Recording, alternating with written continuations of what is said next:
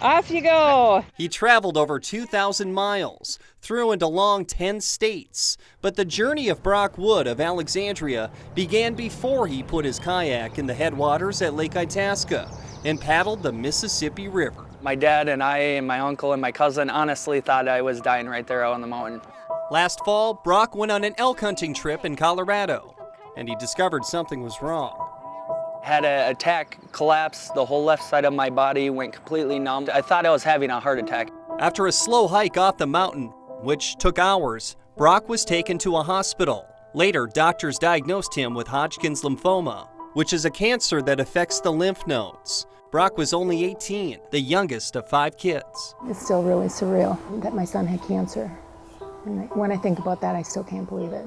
He needed 4 months of chemotherapy and radiation at the Mayo Clinic in Rochester. Brock was strong. He was very strong. He was very positive through it all. Dan and I were there to support him. We were there with every single treatment. Lots of family, lots of friends. Then, victory. I actually was cured March 29th of Hodgkin's lymphoma, and I beat cancer. This life journey rekindled the dream of another journey. Before his illness, Brock had talked about taming the mighty Mississippi. A sponsor had even been willing to help pay for that trip if there was a purpose. Brock had a kayak, but he needed a cause.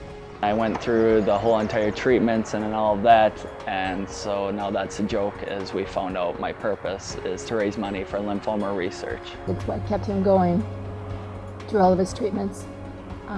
He talked about it every day.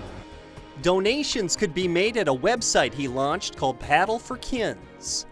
In mid-June, Brock and his friend Jesse Hacker launched their kayaks at the river headwaters. We met up with them in Grand Rapids. 60 days, going from June 17th till about the 3rd week of August. An injury forced Jesse to pull out of the trip, but Brock paddled on, with friends and family joining him for parts of it. His brother Stuart was with when they reached the Quad Cities in early July. I watched him battle through cancer for about 4 or 5 months, and it was pretty tough to see my little brother, the strongest guy I know, that just get beat up by cancer and then come out here taking on the mighty Mississippi. Shows the character he's got, he doesn't give up. Camping at night, kayaking by day, and with the help of a camera, his website, and social media, Brock kept everyone updated. We are just about 40 miles past Memphis. Rain stayed away, but snakes didn't. It's what you do. Get a little adventure.